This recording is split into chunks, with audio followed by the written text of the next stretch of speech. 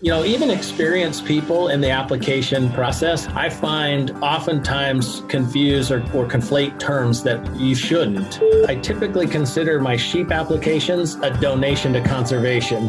Come on, government, stop letting us down. Let's freaking figure out how to keep track of what's going on in your state. It's so simple. You need to know if you have a muzzleloader in Montana versus Washington versus Arizona versus Utah. They're all treated very differently in terms of the restrictions associated with them. There used to be this sort of legitimate fear that, what happens if I draw too many tags in 1 year, right? That's a thing of the past. This is Jerrod Lile here from the Huntin Fool on the Wild Initiative podcast. Put down your latte and pull on your boots. There's a lot of people that can pull the trigger on an animal, but they don't know what to do with it after. If you would have told me that a stupid turkey was going to make me get that excited, I'd have told you were crazy. It's just a skill that you have to perfect over a lot of years. Hunting is a tribal activity. We've lost the tribe. We can't even hunt together anymore. Well, the people that are anti-hunting are usually pro-abortion. So kill the people, save the animals. I just remember riding my horse back to camp with the northern lights and the moose behind me, and I'm like, this is why I've done this. This is as cool as an experience as I will get. Hi, this is Jim Shockey. This is Sam Sohol, the public land bus guy. Hi, I'm Kimmy Greentree. Hi, this is South Cox with the Western Bowhunter Podcast. Hey, this is Ben Dedamonte, a.k.a. Shed Crazy. You're listening to The Wild Initiative. Hey, y'all, welcome to another episode of The Wild Initiative, brought to you as part of the Waypoint Outdoor Collective. All right, y'all, so getting on to today's episode. This is an episode that I've really been wanting to do for quite a while now, because I think for a lot of us that are fairly new to hunting, this is one of the most intimidating and confusing parts of the whole process. And that is the dreaded draw, especially if you want to hunt multiple states, out of state, even in your own state. Sometimes it can be really confusing. So I'm super excited to have Jerrod Lile of Huntin Fool here on the podcast with me. If y'all don't know about Huntin Fool, we'll get into that a little bit, what it is. But I am super excited to have him come on to really break down what is the big game draw here in North America and how it, some of the ways it works in different states. So Jerrod, thank you so much for joining me today. Oh, thank you. I appreciate being on here. I appreciate your patience with trying to align with my schedule too, or lack thereof. I appreciate being here. And I'm really glad we're doing this again, because I think it's super necessary to just really break it down in as simple as you possibly can make it for people. And one thing I do want to note is we're also going to be recording several episodes coming up specific to different species. So after y'all listen to this episode, we're going to be releasing several more that detail out what you need to know if you want to start hunting specific species. So make sure to keep an eye out for those episodes. But so Jerrod, before we kick this off, I want to give you a chance to really tell us, what is Huntin Fool? Yeah, you bet. No, I appreciate that opportunity. At the risk of sounding like a sales pitch, which I don't want to do, because honestly, we just want to help members. Like, literally, our mission is to help our members and the people that we interact with go on more hunts with better information. Like, when we really distill who we are and what we do, that's what it comes down to. And that information can include anything from gear selection to what unit should I apply for in Colorado with my 9 preference points, to should I even consider applying in Washington State at all. And then even more in depth than that, we have personalized hunt consultations available to our members, to all of our all access members. And you can call up or email and ask questions like, what unit should I go in? And now that I've narrowed down my unit, can you help me actually kind of put together a hunt plan and, maybe even an A, B, C, and D option. So, we have a publication. We publish about 1,500 pages of content a year. It's a monthly publication. 6 months out of the year, we chase the draw. Essentially, we mirror the current draw periods that are open. Our magazines cover those specific states, the nuances of the draw, unit breakdowns, trophy potential, harvest success, you name it.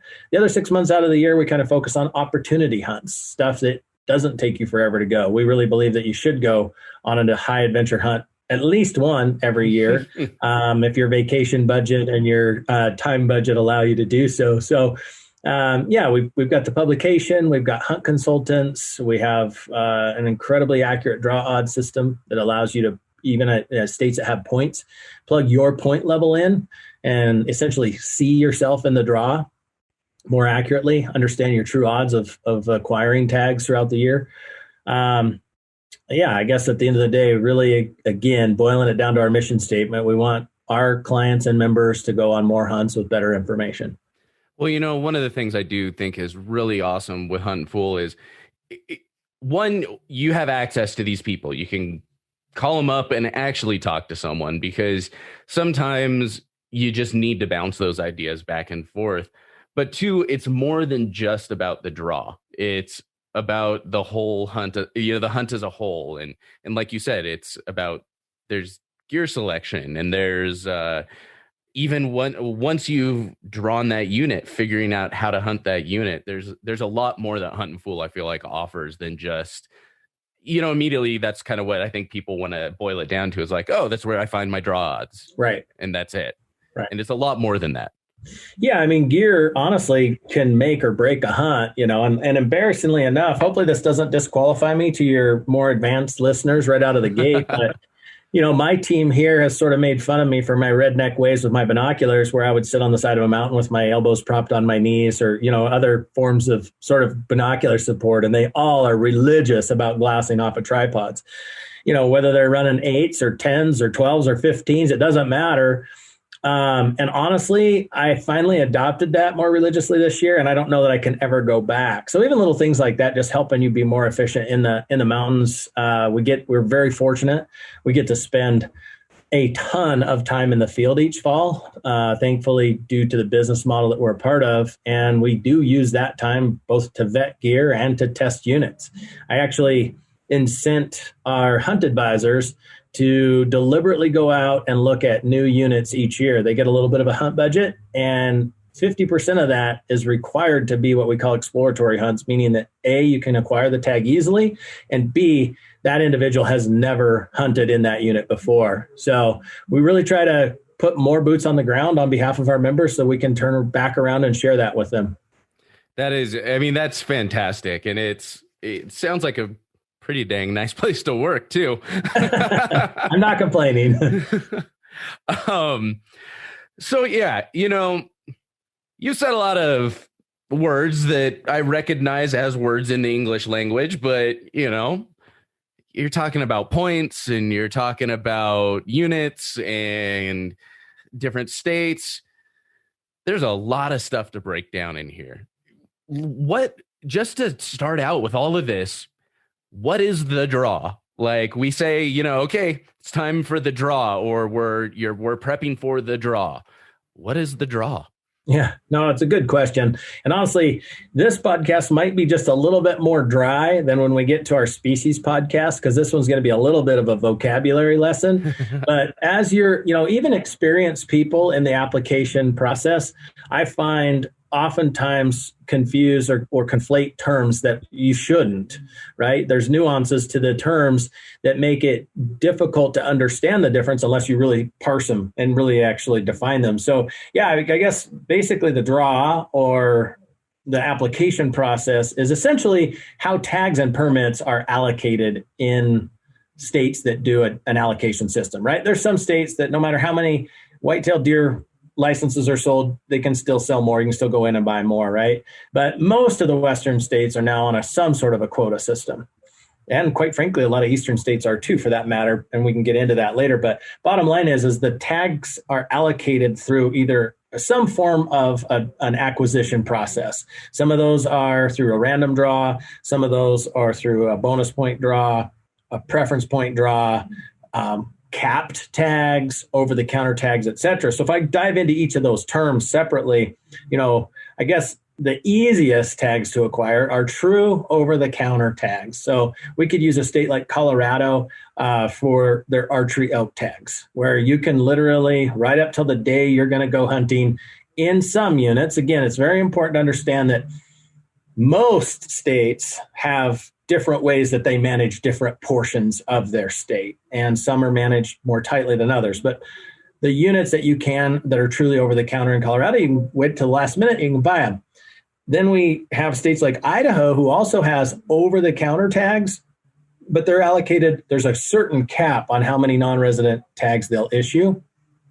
And this year in particular, they have really overhauled that system. It felt more like a draw. You had to get into a virtual queue. You were in a virtual waiting room after you signed in and logged in. And then you had to they assigned a random number to you in line. And then you got this number and it said how many people were ahead of you, how long you had, your estimated wait time was. Essentially, you were part of a lottery system to get this quote unquote over the counter tag, right? Sounds like buying tickets for pre-sale at a music festival, like, is what it reminds me of. Like you're trying to go to Coachella or something. Yeah, except for there was no reward for being in line early. They still had randomized it, right? So even if I had logged into Idaho, 2 days early and sat here day and night refreshing my browser, at the end of the day, it was a total random reallocation right before the draw. And there was a lot of frustration around that. But so, yeah, you've got over the counter. You have this sort of capped over the counter where there's a certain amount of tags that are available first come, first serve. And then you move into what I would call the random draw, which are states like Idaho, like New Mexico, and some other species inside of other states where there are no bonus points, there are no preference points. Every single year, if you're brand new to the draw, to the application, or if you've been doing it for 20 years, we're on the same exact playing field. They're going to dump us in to a random number generator, and the lowest numbers out of the hat, so to speak, get the tags. And then bonus and preference points are really important to understand the difference, because I hear this even with seasoned applicants confusing these terms all the time. They talk about points interchangeably, and there's a pretty key difference. In a bonus point draws, you're basically just earning more names in the hat, right? So if I have 12 bonus points, my name might go in that hat 12 times, which does give me a better chance of drawing the permit or getting that lucky low number. But a preference point draw gives you preference in the draw, meaning if my opponent, let's say we're competing for tags here, right? That's what's really happening, does not have as many preference points as I do, I'm guaranteed to draw before my quote unquote opponent does. It's just a mathematical fact. And in fact, in true preference draws, like Colorado's mule deer tags, for example, if I don't have enough preference points to get to the minimum level required to compete for these tags, it's the equivalent. They're crumpling up my application, burning it in the fire, and throwing it away. I hear people make that mistake in Colorado for deer. Well, I might get lucky and swing for the fence and get that tag. It's like, no, you cannot. You're not even in the draw because you didn't have enough preference points to be a part of it. So again, I know it's pretty, boring dictionary lessons here, but at the end of the day, they're important nuances, because if you're going to plan a strategy that tries to put you in the woods every single year, what things I like about a preference draw is I can predict when I'm going to acquire that tag. I can see the future mostly, right? Assuming that people don't jockey around a bunch. I can know that I need this many points and I will draw this tag. Whereas again, in those bonus point draws or random draws, it's a roll of the dice every year. And so talking about the preference points versus bonus points a little bit more, it almost feels like as a new hunter going into it, you almost want to prefer bonus point states because you'll still have that chance. It's like, so you're saying I still have a chance. Versus and you may, depending on the state, may want to keep putting in for preference points to build up to that level. But like you said, just confirming, it's a state may only allocate, say, for non-residents or residents, whatever it is, 50 tags for deer, for example. Right. And so if there's 50 people that have more preference points than you are effectively just donating your application fee to buy that preference point, correct? That is 100% correct. Yep. And it's important to know that. Now, I get what you're saying with the preference draw, and that's especially true for like once in a lifetime species and really sought after tags, because the preference draw tends to get out of hand, and then you come in as a newbie and you're just never going to catch it, right? I mean, if you don't have 18 sheep points in Wyoming right now, you might as well forget ever catching a preference draw for one of their coveted bighorn sheep tags. But, I'm going to use Colorado deer as an example right now. In Colorado deer, if you're an archery hunter, for the early archery tags, there are 7 hunts that take 6 to 16 preference points to draw. After that, 4 points or less for the entire rest of the state, right? So we're talking just a year, 0 points in some cases, up to 3-4 years, you can draw the majority of the tags in that state. So it's kind of a nice way to look at a state like Colorado, where you've got dozens and dozens of good options that take you less than 4 years to draw, but then all of a sudden the top 7 take up to 16 years to draw. And you'll never catch that top one. Let's be honest. If you started today, you're not going to catch it, nor should you try, And that's one of the things we try to advise at Huntin Fool when people start into this early on, is to understand the system that you're getting into and ask the right questions and have the right goals. Don't set your sights to draw, unit 10 Colorado for deer or elk if you're starting today, because you're not ever going to draw it. Unless Colorado overhauls the system massively, right? Which could happen down the road, but we haven't seen it in a lot of time. So I feel like this brings up a term that you hear a lot when people are talking about preference points specifically. It's the idea of point creep. Mm-hmm. What is point creep? Well, point creep is a real thing. I can assure you that. And sometimes it's, in a perfect world, it would be 1-to-1 at worst case scenario. In a perfect world, you could start today and you would gain ground over the years at acquiring the best tag, right? And in some cases, that's true. Some species, some states, some units, that's true. In others, it's sort of a 1-to-1. I get 1 more point, and it took 1 more point to draw it every single year. And so it's always 10 points ahead of me, or whatever the number is.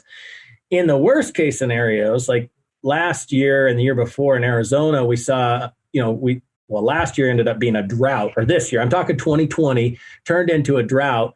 And so it wasn't what the early part of the season indicated it was going to look like. And so it actually ended up getting a little uglier than people thought. But bottom line, the last 2 years in Arizona, there was reported record moisture, record antler growth, et cetera. And so units that had taken, let's say 16 points in 2018, all of a sudden took 17 or 19, 20 points in 2019. So in 1 year, they jumped 2 or 3 points out ahead of you, right? So that, unfortunately, there's all 3 sides of point creep. There's that I'm slowly catching it because there's enough inventory cleaning out and the demand is low enough for those tags that I can catch it. Then there's that 1-to-1 where you're stuck in it. And then there's that stuff that's sort of, unfortunately, exponentially creeping away from you. And again, that's why it's super important to recognize what you're up against and ask yourself what your goals are. Do any of the states max out on a number of preference points that you can have? Or does it just go on till eternity until you die?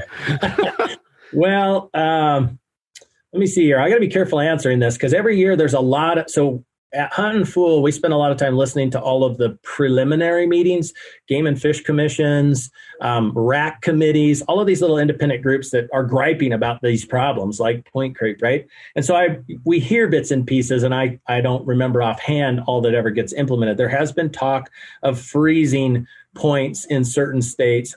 I can't think of any offhand that are like that right now. So unfortunately, and if they are, it's a very, very small minority. Right now, they're still letting points just continue to march away. So as it is right now, I'm probably going to have 300 points. Well, maybe not that many, but like 80 points and die with them, take them to my grave for desert bighorn sheep. Yes, you threw out a magic term right there. Yeah, if you're looking for a desert sheep, they only issue a few hundred non-resident tags nationwide each year for sheep species of all kinds. So that includes, Rocky Mountain, California, desert bighorn sheep. There's less than 300 non-resident tags issued in the entire U.S. for those species. So I think we're going to do a sheep goat podcast, so I won't go too far into this, but I will say this. I typically consider my sheep applications a donation to conservation. Sort of like going to a local banquet and buying some lottery ticket or some raffle tickets, et cetera. I look at it that one of these days my lucky number may come up, but in the meantime, it went to a good cause. Exactly. And I mean, that's one of the amazing things about this whole process and everything is it's all of these funds that are generated go directly to conservation, directly to sustaining what we love, what we're passionate about, this whole tradition. So it's, get expensive during the year. Come January, you know, through those next few months, things start getting a little pricey. Now and then I have my application credit card that I use. Yep. And you know, so speaking about that, you know, let's start getting into maybe some of the, you know, these applications have costs, you know, and I know some people know of it, but you know, some states you have to put the cost up front. Some states you put down a deposit. Some states, you know, it's this, that, and the other, and it charges automatically. How does this all work? As far as, okay, you know, I've got to pay for this somehow. Well, all right. First of all, warning to listeners: super shameless plug for Huntin Fool right now. We have invented the first of its kind and just released it in the last month. Free online cost calculator. We are going to steal your first and last name and your email address. I'm not going to spam the crud out of you, I promise. I wish I had enough time to do that, but I don't. But so basically, you go to huntinfool.com. You don't have to log in as a member. Under the research tab, there's a draw cost calculator button there. And it is a really, really helpful tool. Anybody listening to this who's ever wanted to window shop what it costs to go apply, you basically put in those couple little pieces of personal data. It opens up a state-by-state tab where you can click and expand everything from Alaska to Arizona, or Alaska to Wyoming, right? And each one of those, it's an important, again, this is where nuances of the draw come in, and it's all related to cost. So I promise I'm not going to go off on the segue too long. It's important to check all the boxes inside of there. Because, for example, we have resident box versus non-resident box, right? So if I'm a resident of Arizona, my fee structure is very different than being a non-resident. So when you open that calculator, make sure that you play by the rules and check all the boxes. Same thing, we've got a youth box in there. Changes all your fee structure. Now, you get to a state like Wyoming, the reason why it's super important, why we force people to not only select the species, but also there's a little like unit selection, or I can't remember what it's called, but basically there's another field right next to it where you have to pick what type of tag you want to draw for that species. In Wyoming loves your money, loves your credit card. And so they're going to charge you everything up front. I mean, honestly, if you go all in from bison to antelope or pronghorn in Wyoming, you're going to be out $13,000+ on your credit card by the time Wyoming gets through soaking your Amex card, right? Granted, most of that's going to come back because you're probably not going to draw your sheep tag or your goat tag or any of this other kind of stuff. But the point is, if you put points only in Wyoming, though, then all of a sudden, they're going to hit you $30 and change for an antelope tag, $40 and change for a deer tag, point. Sorry, not tag, point. And again, we're talking preference points here. Going back to our verbiage lesson from earlier, $30 for an antelope, $40 for a deer, $50 for an elk, instead of hitting you for the whole tag fees. And Wyoming is what we call a hybrid state, where it's 75% of the tags are allocated through the preference draw and 25% are allocated randomly. I kind of like those systems the best because even the brand new person, as long as there's enough tags available, has a chance to draw a tag with no points, right? But those 75%, Wyoming, I can see when I'm going to draw my tag. Like I said earlier, I can see myself in the draw. So I can cruise along building, a $50 and change elk point every year, working my way up until I got enough preference points to guarantee myself a tag and then plan the tag ahead of time. So I know it was a segue, but back full circle. Go check out that cost calculator. It's completely free. You can window shop till your heart's content. You can put every species in there. You can put, make sure you put your age, if you're a youth, all that. And it has a live calculator running right beside you. And the reason I mention that is there's two categories in there. Well, there's a third, which is we have an application service. It'll throw a little number out there and tell you what it would cost if we were to handle all of this for you and do all your apps. I'm not trying to sell that service, I promise. I'm more interested in describing the other two costs because, back to your point, there'll be an upfront cost and an out-of-pocket cost. And you can think of the upfront cost like Wyoming hitting me for my bison tag for $5,000 or whatever it is, even though I didn't draw it, and they'll give me my money back. That's an upfront cost, right? And it runs live. It shows you what it's going to cost you upfront to apply with the boxes that you're checking and playing with. And then there's this out-of-pocket or non-refundable cost. That's what your net cost is going to be with the strategy you finally settle in on. And if you choose to save that, all you got to do is hit email me, and you get emailed a copy. It's got your fees and your application strategy in a PDF format emailed straight to you. And again, it's all free. So it's a cool little window shopping tool to see what it's really going to cost, both upfront and out of pocket, non-refundable. That's really cool. And I like that it sends you like the summary of it. So you have it there, because I can't tell you how many times I've gotten it all figured out and I've accidentally closed a tab or a window or something. And I'm like, oh crap, I have to go through that whole thing again because I can't remember which unit that was, or what I ended up deciding to do. Yep. And so I like having that summary. Once I get things sorted out, it's there, and I have my plan for the next few months of applications. Yep, exactly. And talking cost, again, I don't want to sound like I'm taking over the podcast here, but talking cost, I always talk to people that you should kind of look at it as a monthly expense, right? A monthly investment in your future hunts. And, I think it's hard to get a very good strategy for less than, say, $600 a year in non-refundable or out-of-pocket costs. So what is that, $50 a month, from a budget point of view? And for $600, you can get a pretty comprehensive strategy rolling that's going to put you in a lot of tags over the years, as long as you don't get caught in the I'm too proud to burn my points mode, which a lot of people do. We get too attached to them and we think they're too valuable. But no, those points are meant to be opportunities, is what we tell people, right? So for $600 a year or $50 a month, you can get a pretty darn good introductory strategy rolling. For $1,200 a year, $100 a month, and again, this is all money that's going to the state, right? Non-refundable. That's not coming to Huntin Fool. That's just state fees. For about $1,200 a month, you can get a very comprehensive strategy. You mean $100 a month, $1,200 a year? Oh yeah, sorry. Did I say $1,200 a month? I mean, you can put in some applications if you got $1,200 a month right there. I mean, that's a little rich for my blood. Yeah, $100 a month. $1,200 a year, good catch. You can get a very comprehensive strategy. And then honestly, if you're all in, kind of all species all over the place, you're pushing $2,000 a year or so in non-refundable fees.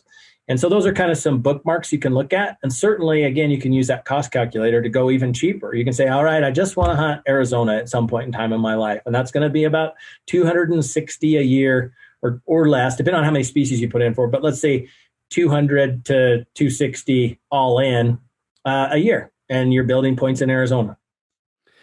So, we talk about these costs and we touched on it a little bit, but what are some of the things that contribute to these costs? Because, we talked about whether, you're buying licenses up front or tag fees up front. Sometimes it's refundable.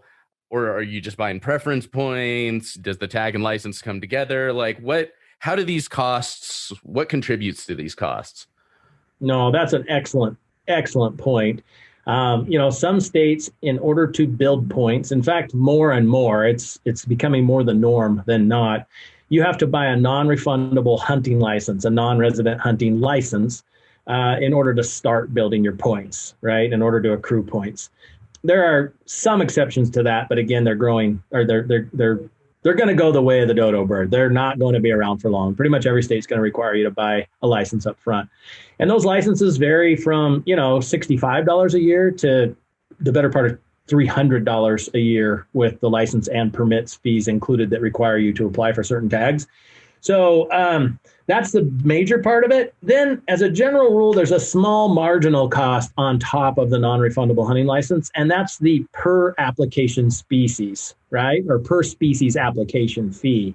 And so when you look at a state, again, I'll go back to Arizona, and you look at a $165-ish non-refundable hunting license, and then the marginal cost of adding species varies a little bit, but let's say on average it's $14 to $20. You're oftentimes better off investing all in one. If you're really on a budget, you're better off picking kind of one state and going multiple species in that state than trying to get spread too thin and saying, well, I'm just going mule deer in 5 different states. Instead, it's like, well, you might as well go mule deer, pronghorn, elk, bison, turkey, you name it, in one state.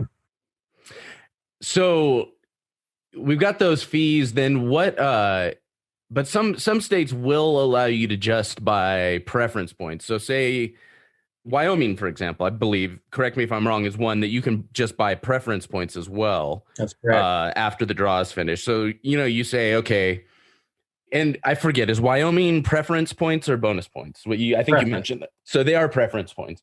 Yep. So, you say you look, maybe I want to hunt pronghorn in Wyoming.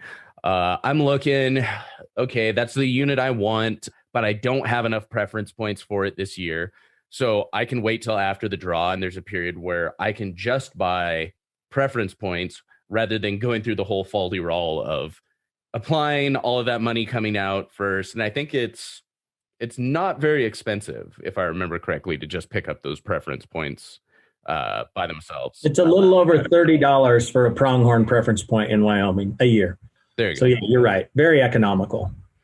And so that's, I think, and again, that's where your calculator comes in handy, I'm sure, as well, as you can see what it's like if you want to roll the dice this year and try and get that when, okay, maybe you don't have, you're kind of on the edge with the points, or I think that calculator is a fantastic tool for people to help figure out those costs. Yeah, no, I'm super, super proud of that tool. It cost us a lot of money to build this tool. I'm not going to tell you the number, but there's a lot of programming that went into basically generating this tool. So, now that we kind of generally know, I guess some of what contributes to these costs, some of the different types of applications and points and structures, how does someone then go about building a hunt plan for the year? We touched little bits here and there on it as we talked about cost, but I'm a new hunter, and okay, I know I want to go hunt deer, and maybe I know I want to go hunt mule deer, and I don't know, maybe elk someday, and I don't know if I'm gonna want to hunt sheep or this or that. It's like you're coming in, you're just like, I'm new to all this. I'm pretty sure I like hunting, but I want to make sure I can hunt for the rest. I'm not totally screwing myself for the rest of my hunting career. Right. Well, I think I'm going to answer that two ways. First of all, there used to be this sort of legitimate fear that, what happens if I draw too many tags in 1 year? Right. That's a thing of the past. The reality is, you can see that coming if you're really playing the fence and you're trying to get the easiest to draw tags or over the counter tags, et cetera. You can flood your plate. But for the most part, when it comes to particularly what we typically call once in a lifetime species, even though that's not totally accurate in all cases, because you can harvest more than one in some states. But most of the time, like moose, Shiras moose, bighorn sheep, mountain goat, it's kind of a once in a lifetime species. When you talk to those, you should, if you're thinking about them at all, I'd never recommend applying for points for those species. If you're applying for them, apply for them. Try to draw a tag every single year. Clear your schedule, make room. You're talking about draw odds that range from, 1 in a couple of hundred in Idaho for sheep to 1 in thousands in, say Utah and New Mexico and other states. So clear your schedule. Put your name in the hat. Don't build points and make yourself feel warm and fuzzy like you're getting closer to a sheep tag. The reality is you better be in that raffle every single year or else, So I guess, first of all, get the myth out of the head that I'm going to overload my plate with these really hard, these swing for the fence draws. And, quite a few states give you some turn back options too. It's a real quick segue. For example, in Arizona, you can buy a $5 for $5 extra, you buy what's called Point Guard. It's an insurance policy. If I draw a tag and I decide I don't want it that year, I can turn it back in. They allow me to do it once in my lifetime per species. So use it wisely. But for $5, you've bought an insurance policy that you can turn that tag back. Not only do you keep your money, but you also get all your points reinstated and earn a point for that year. Right. So, and there's more than Arizona that provide that. So again, keep in mind, if you're going for once in a lifetime species or those really hard draws, swing for the fence and try. Now, coming back to you, the question was basically, how do I plan the hunt once I've acquired the tags or plan my fall? Well, I'm just getting into hunting. I'm starting out, maybe this is my first year. I'm pretty sure I'm going to want to hunt more, these following years. So yeah. I want to hunt every year, but I also don't want to sacrifice my ability to, maybe go on a once in a lifetime hunt. How do I start planning this out for the future? No, I think that's a good question, and I think the right answer is first of all to kind of parse it out by species and understand that, you've got to recognize that very rarely can you plan a hunt for two species that's going to be very successful, right?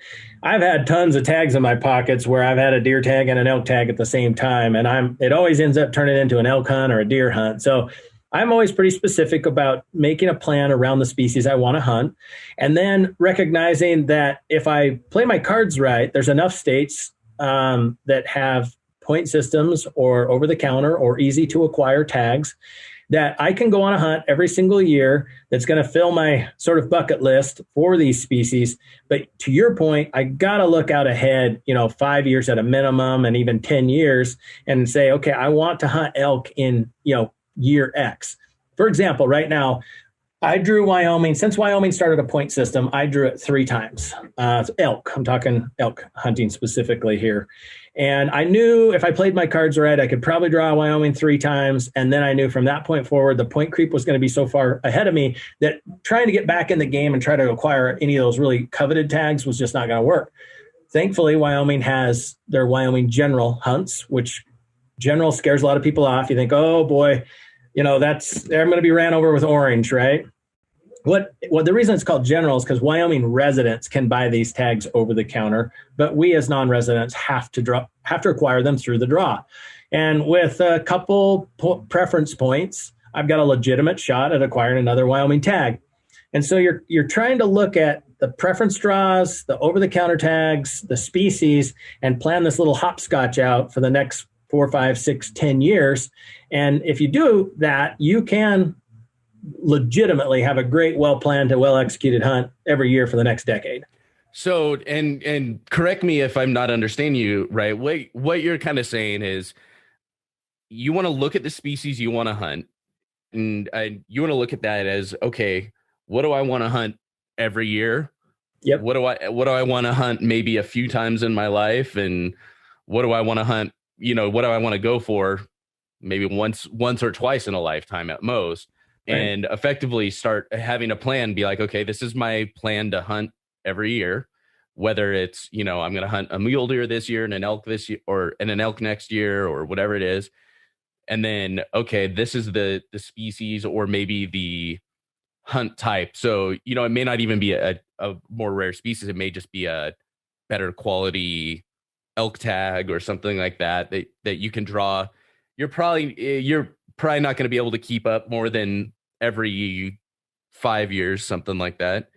And then you have, of course, like the golden, the golden goose kind of tag that you're basically investing in. Once you finally end up drawing that tag in your golden years of hunting, you're probably not going to be investing in that tag anymore after that. Is that a fairly accurate? And I don't know if I made it any simpler or not, but no, I think you did. Effectively, you're trying to build an every year, 3 to 5 year, and then a 10+ year plan. Yeah, no, I think that's very fair. And again, I hate to keep using myself as an example, but I think there's relevant data here. For the last 38 years, I've always had at least one elk tag in my pocket for 38 years. Having said that, I have 21 elk points in Arizona because I know that I'm probably going to get to hunt Arizona once in my lifetime, and I really want it to be the hunt that meets my expectations, right? So yeah, I've always going elk hunting. The reason I have 21 points there isn't because I'm afraid to go hunt elk. It's because I'm saving that. That's my baby. The one I'm really looking the most forward to. So yeah, I think you outlined that really well. So you'd also probably hate me if I told you I drew Unit 8 on 3 points. Yes, I do hate you. But the reason I have 21 points isn't because I don't apply. It's just I've never been able to quite get that tag. I will tell you, of course, I happened to draw that on like the worst rut Arizona's had in 17 years, but I digress. You probably deserve that for pulling an end run like that on all of us. absolutely did deserve that, but I did get my first elk, so I'm pretty dang happy about that. Hey, that's a great little tie too. I probably should have discussed this in the beginning. I know I've mentioned hybrid draw a couple times when we're talking about bonus, random, bonus, and preference draw. Wyoming's a true hybrid draw with preference points, right? 75% go to to point holders, 25% go random. Arizona is a hybrid draw with bonus points.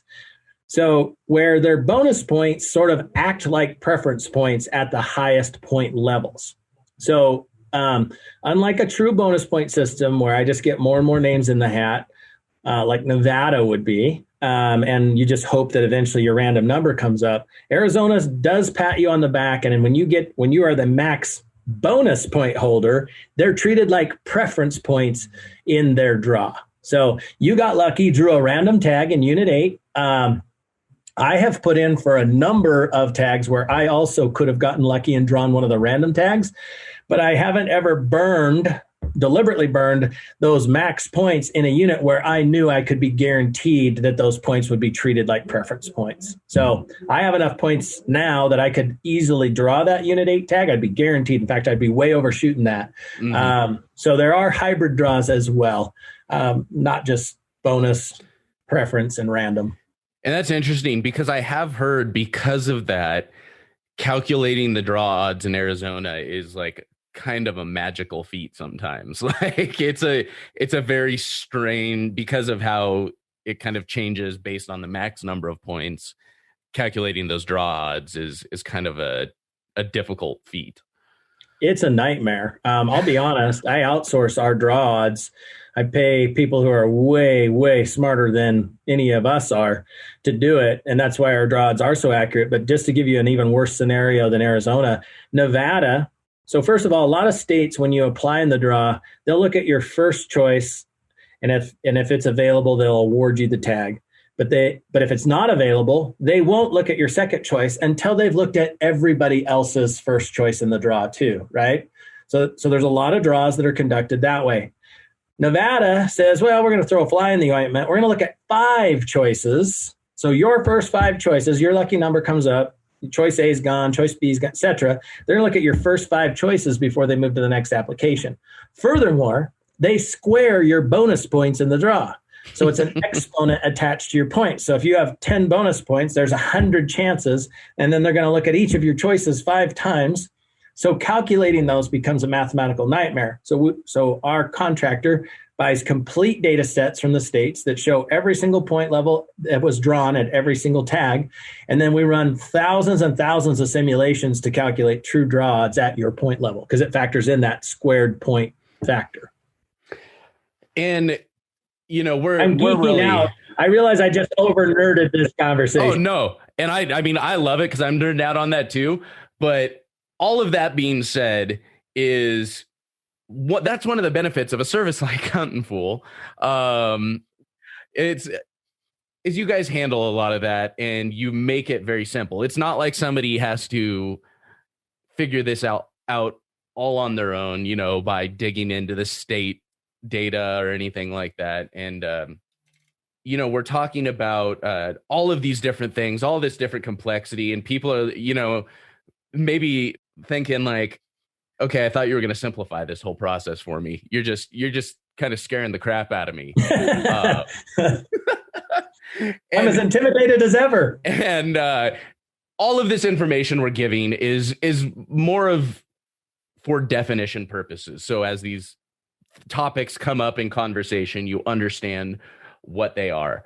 But now, I guess let's also talk about, a good thing to talk about is hunting in your home state versus hunting out of state, and the difference between resident and non-resident tags. I think we touched on that a little bit, but let's jump a little bit more into that, because that'll also have a lot of relevance on building out your hunt plan for the year.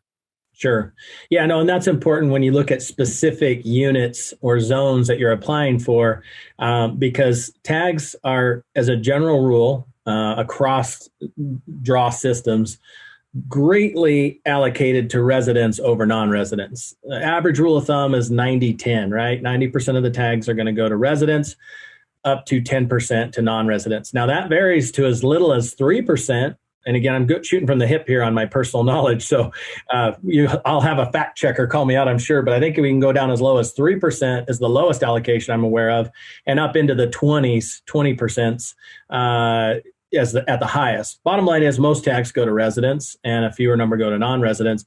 And then the fee structure, of course, greatly favors residents over non-residents as well. A resident elk tag, let's just hypothetically, might cost $50. That same non-resident elk tag might cost $500.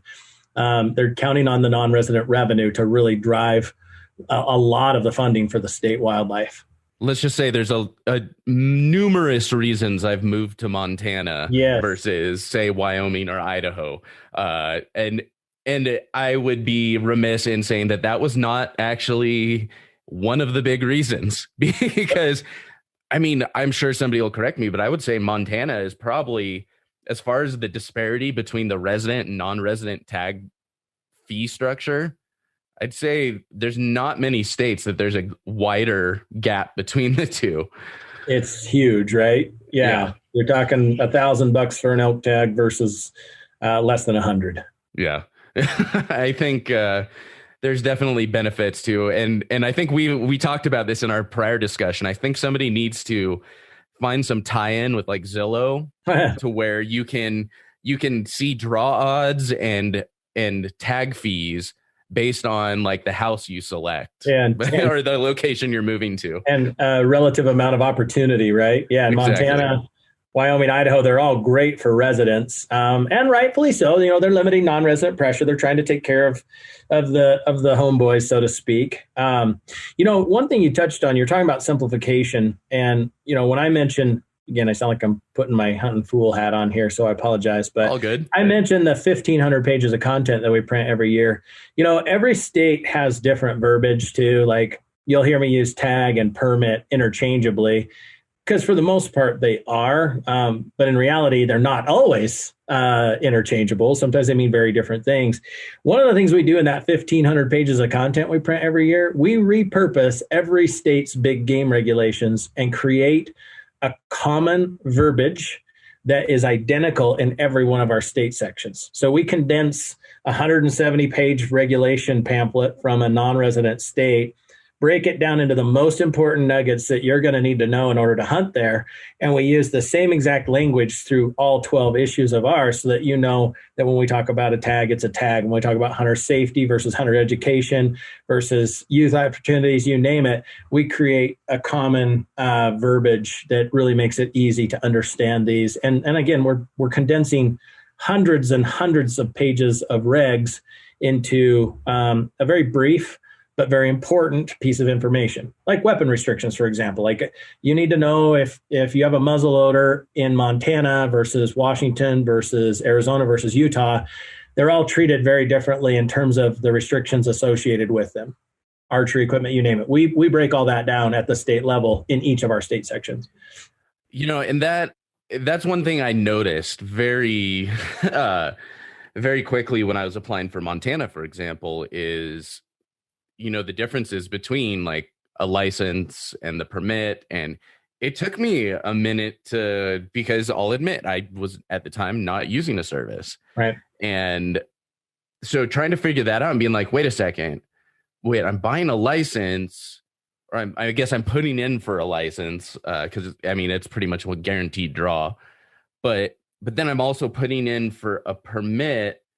So I have the license and that's good for this period and like the whole season, but then I've got this permit that then attaches to my license and it's good for this section. And then you go to a different state and permit and license are going to mean two completely different things, or right. It may just mean a tag or whatever that happens to be. Yep. And so that is huge. That is just developing that common language and breaking it down is I think super, super beneficial for people. Yeah, no, we find our readers really appreciate that. Quite frankly, we do too. And there's times where we have meetings together where we're like, what does this mean? Like, this is our entire job and we don't understand what this, State Game and Fish Commission just published. Then they don't even know what they're talking about, and then we're on the phone and we get on hold of the right rule makers to verify, does this mean what we think this means, So trying to do that legwork on your behalf.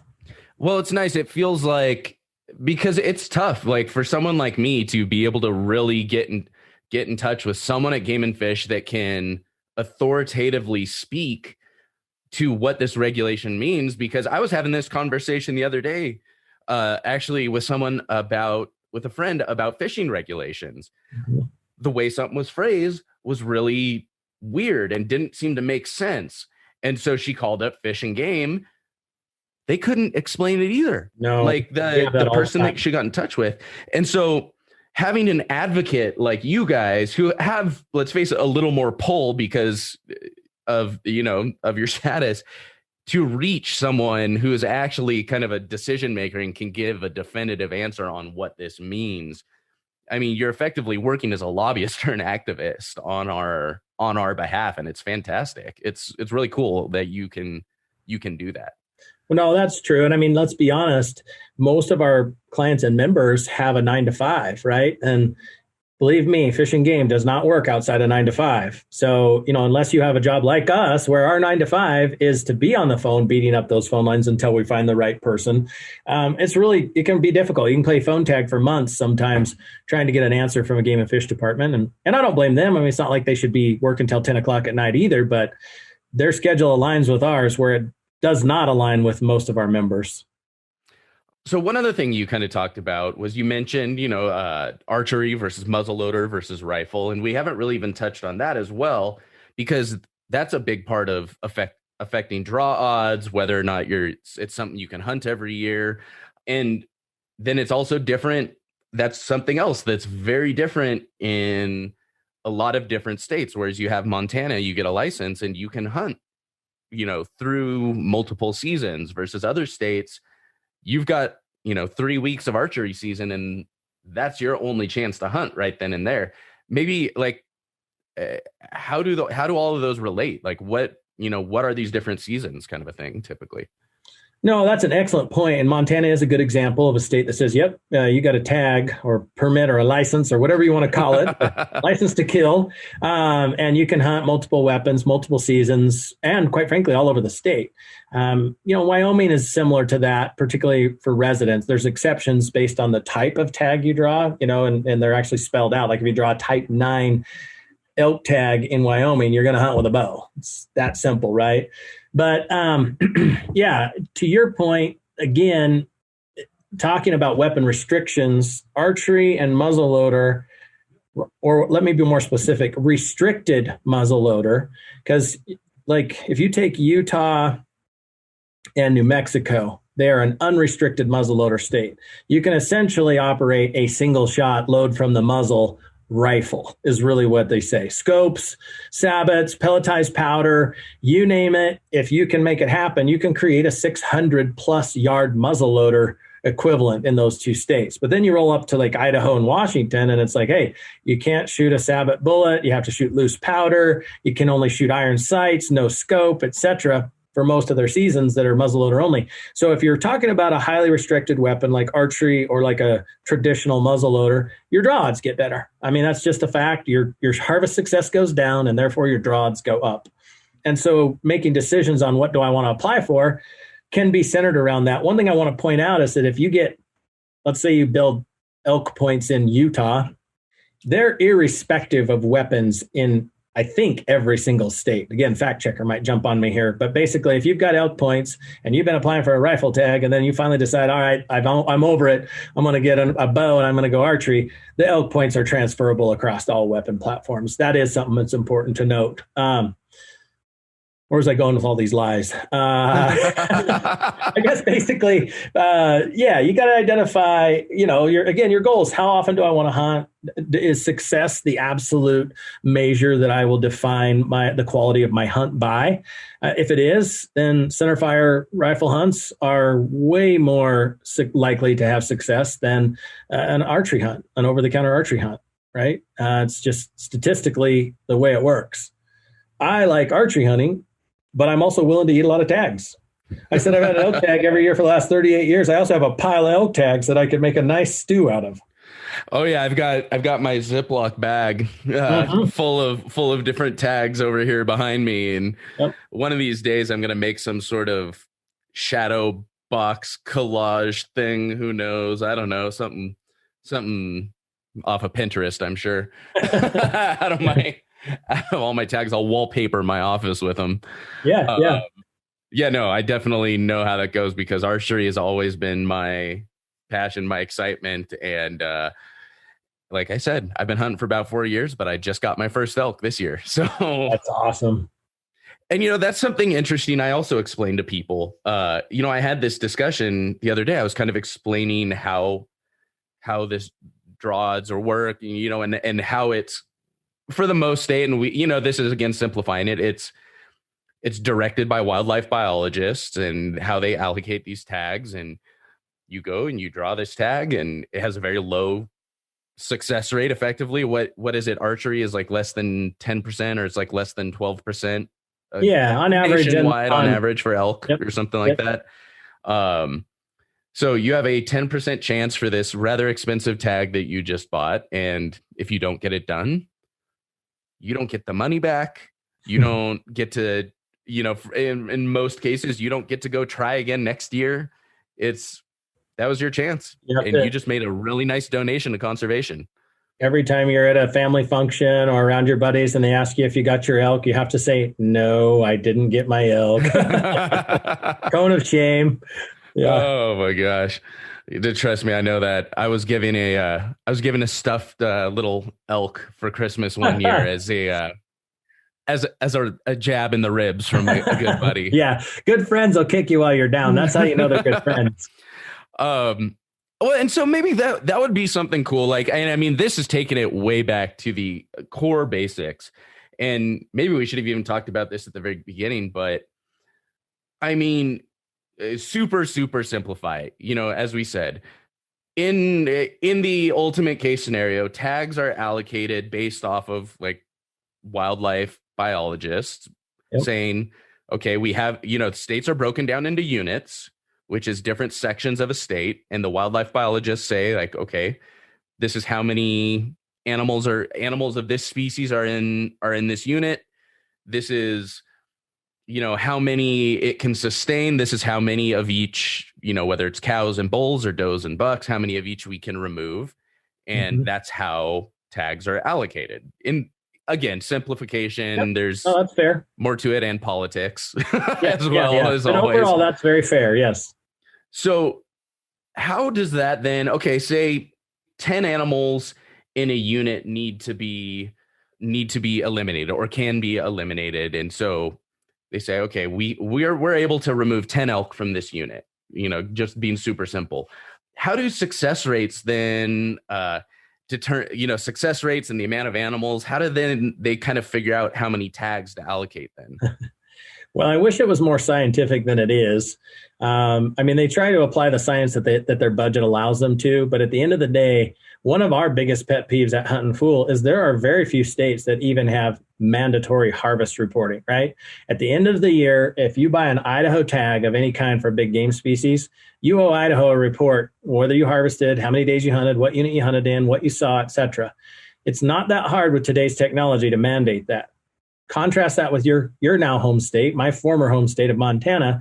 And what you're probably going to do is you're probably going to get some random call at some point in time throughout the year from some lady who's probably partially retired. Hey, did you fish this year? No. Okay. And then 3 weeks later, some dude, hey, did you hunt upland game birds? No. It's so inefficient. It's so bloated. And at the end of the day, they miss 90% of their constituents. So they don't even know of those. To your point, let's say they issued 100 tags, expecting a 10% harvest success ratio to take 10 animals out of the population. Most states do not have mandatory harvest reporting, and they don't even know for sure. So, and then to make it worse, a lot of times they're grounded, their budget's grounded. They can't go out and fly like they should, et cetera. I mean, I don't want to bag on it because I do know that they try to do the best they can. And I also don't want to make it sound like, to maybe your listeners who are fairly new to hunting, I don't want to question the sustainability of it, because what I will say is they err on the side of caution for the most part, right? If they think they can harvest 10, they're going to put a system together where we might harvest 6 or 8. And I do appreciate that, because they know that the model has to be sustainable. We've proven that the North American conservation model is the most successful on planet Earth in the history of mankind.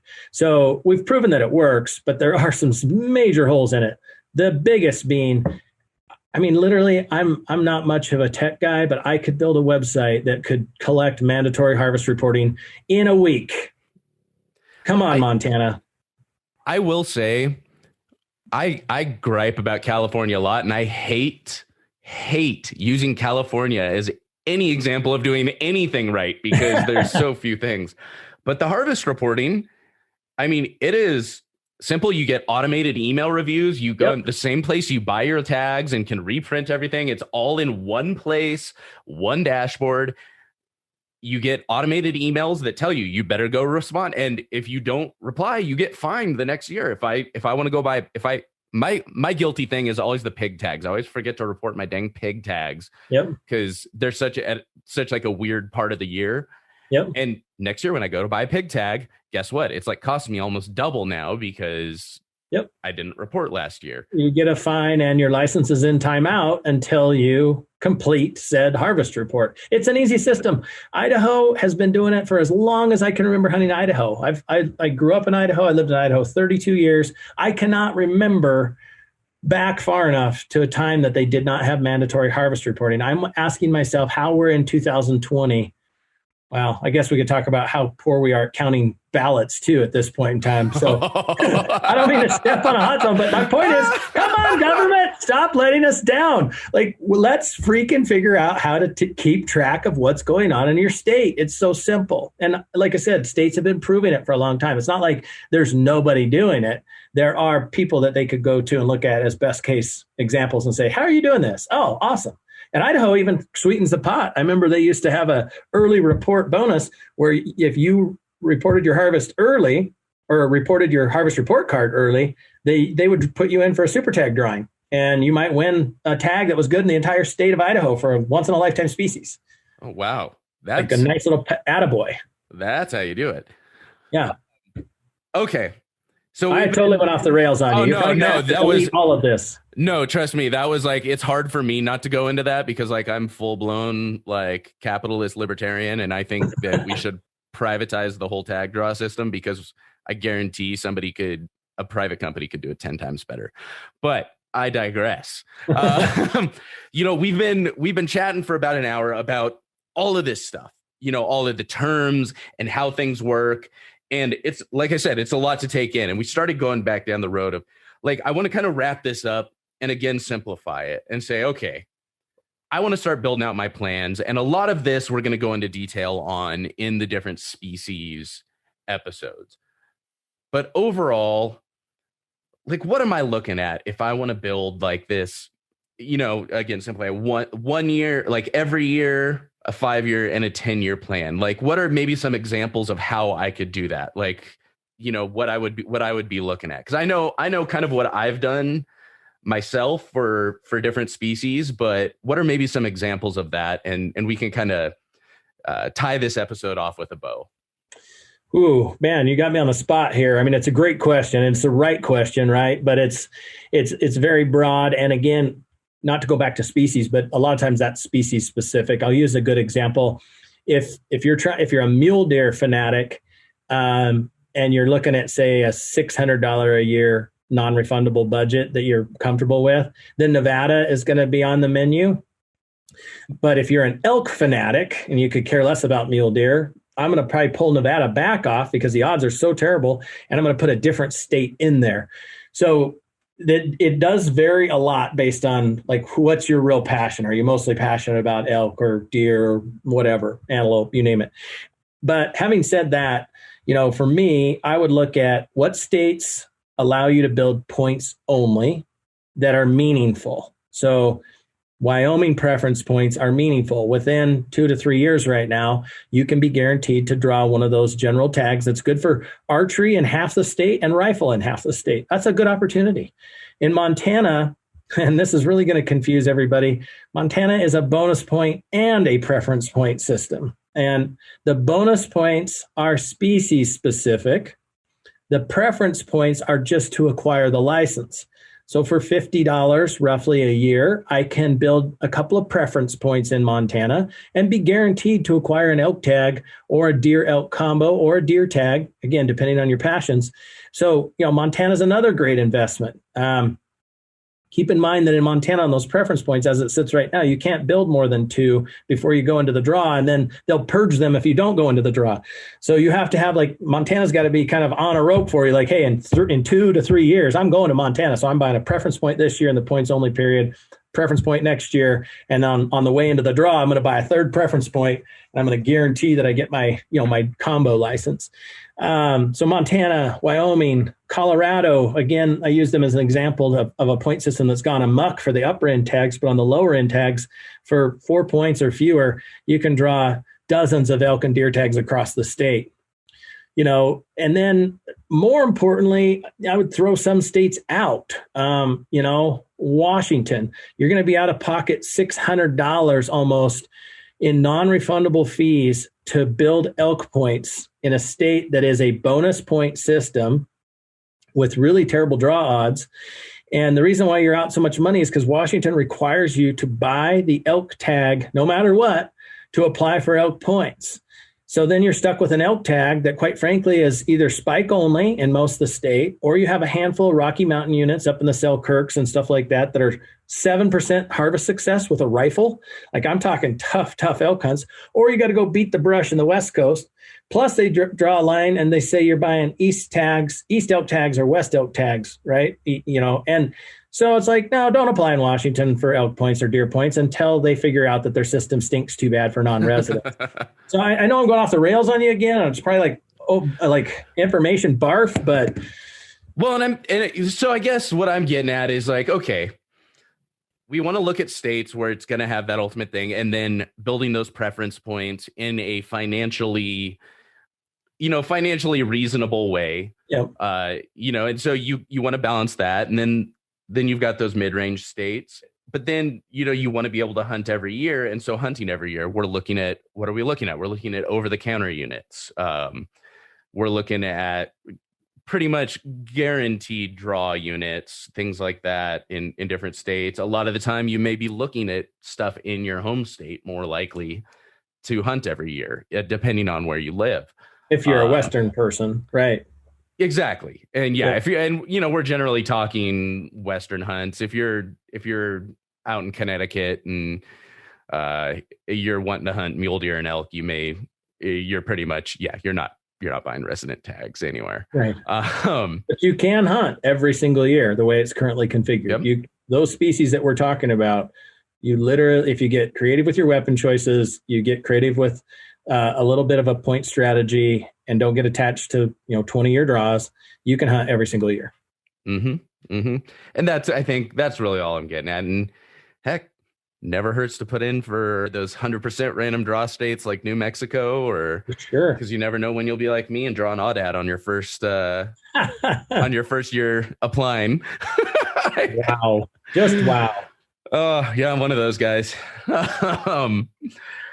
But yeah, I think that's a good spot to kind of wrap this one up. And I think this is a good episode for anyone that's now going to be listening to some of our species specific episodes to just understand what the heck we're talking about. This one was a little bit, we were a little bit all over the place and pinballing around, bouncing off the walls as stuff would come up. But this was a good reference. So as we go in, then people are like, okay, they're talking about, again, preference points versus bonus points, or, license versus tags, or why would I apply for archery versus muzzleloader in this unit kind of a thing. Yep. I feel like now people begin to understand that. So appreciate you sitting down, taking the time. Where can people find Huntin Fool online? Huntinfool.com. And again, we're too redneck to afford the G or the apostrophe. So it's just HUNTINFOOL, one who is foolish.com. That's the best place to check us out. There's lots of resources on there, videos, etc. And again, a lot of free tools that you can surf around, kind of get to know who Huntin Fool is and what we do before you. And, honestly, we have a policy. First consultation is on us. If you ever want to call Huntin Fool, 435-865-1020. and say, hey, I heard the first consultation is on the house. I'd like to be put in the queue. We basically get dropped into a call board that we have here, and one of us will pick up the phone and call you back, and we can talk about everything from application strategies to what spotting scope we think you should buy. So nothing's off limits there. We do want you to know or to believe in the service before you become a member. So not only can they take advantage of that first free consultation, but we talked earlier, and as a very special gift to anybody listening to this podcast, we are going to use code TWI60. Yep, TWI60. And what that will get you is a 60 free days of a Huntin Fool digital membership. So you can get in, you can check out the platform, really see the value, and realize what you've been missing out on and get your butt subscribed. So that's TWI60. Get yourself a 60-day Huntin Fool digital membership. Yeah, we'd love for you to check it out. That includes eMag access, so you can look at all 1,500 pages of that content, peruse it to your heart's content to make sure it actually does what we say it's going to do for you, along with a whole host of other tools, honestly. That's awesome. I will make sure to link to that on the show notes page at thewildinitiative.com.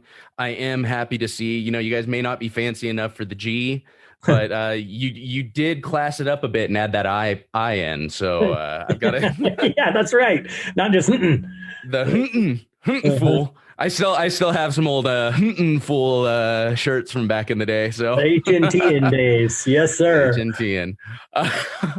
Awesome. Well, thank you so much for taking the time. Looking forward to chatting more on our species episodes. I appreciate it. Have an awesome day. All right, y'all, that'll do it for this episode of The Wild Initiative. Make sure to check out the show notes page at thewildinitiative.com. Get links to everything we talked about in today's episode. Big thank you to Jerrod for taking the time out of his day to sit down and talk through the draw process with us. Make sure you all check out Huntin Fool, take advantage of that first free consultation, and make sure you use code TWI60. Get 60 free days, y'all. That's 2 months. You can get a ton of research for your tag draws in those 60 days done. That'll do it for this week. Looking forward to next time. But until then, I hope this podcast inspired you to get involved, get outdoors, and plan your initiative for the wild. Thank you for listening to The Wild Initiative. Please take a moment to leave a rating and review on iTunes or Stitcher, and head on over to thewildinitiative.com to get show notes, check out the blog, gear discounts, other podcasts from the Wild Initiative family, and more.